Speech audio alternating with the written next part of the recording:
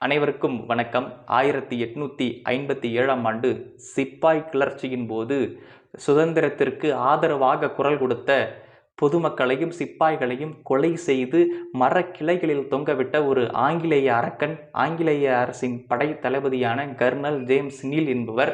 இவருக்கு சென்னையில் சிலை வைக்கப்படுகிறது. இந்த செய்தியை அறிந்த ஒரு வீர பெண்மணி அந்த சிலையை கோடாரியால் சேதப்படுத்துகிறார். இந்த ஒரு குற்றத்திற்காக சிறையிலும் அடைக்கப்படுகிறார். காந்தியடிகள் ஒரு முறை சென்னைக்கு வருகிறார். காந்தியடிகளை சந்திக்க அந்த பெண்மணிக்கு தடை விதிக்கப்படுகிறது. இப்படி இருந்த போதிலும் குதிரையில் படுதா அணிந்தபடி அந்த பெண்மணி காந்தியடிகளை சந்திக்க வருகிறார். இப்படி வந்துவிட்டு படுதாவை விலக்கிய போதுதான் தெரிந்தது, அந்த வீர பெண்மணி விடுதலை போராட்ட வீரரான கடலூர் அஞ்சலை அம்மாள் அவர்கள். அவர் சிறை சென்ற போது கருவுற்றிருந்தார் என்பது குறிப்பிடத்தக்கது.